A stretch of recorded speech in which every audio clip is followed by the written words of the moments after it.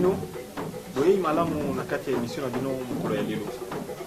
Na kati ya calendrier niveau africain tozali bongo lisusu mokolo ya konso mwa tuku mibale na moko sanza ya libwa mubu mokama na tuku misato.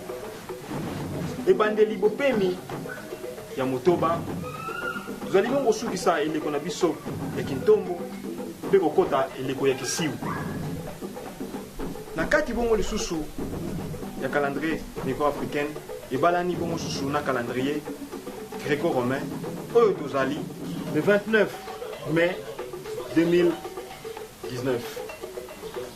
Pona mokolo mwa lelo na kati ya mokili bazali ko célébrer événement moko pe ya motuya ezali journée internationale ya ba casque bleu depuis armée ya Nations Unies.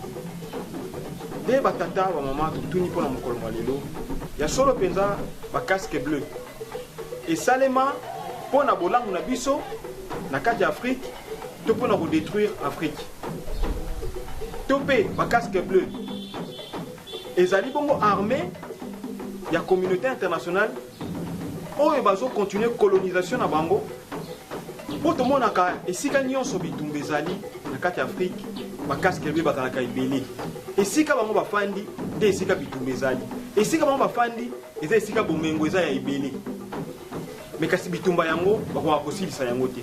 Ba génocide par-ci par-là na mboka nyonso ya Afrique. Ba casque bleu bazali kasi solution eza te. Mais soto tikali biso na biso ba africain tozomona kimi ezokota. Pona nini bango soki bayina mabeye na biso ezalaka chaque fois bitumba.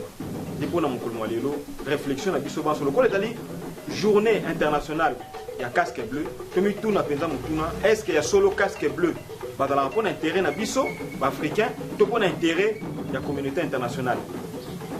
Nde batata ba mama ezalaki bongo susu makanisa so mokolo mwa lelo kolandela journée internationale ya casque bleu mpona bolamu ya nzoto na biso mpe bokolongo na banzoto na biso lokola tozali kokotana eleko na biso ya kisiu nini tokosala po ete nzoto na biso ezala susu na bokolongono.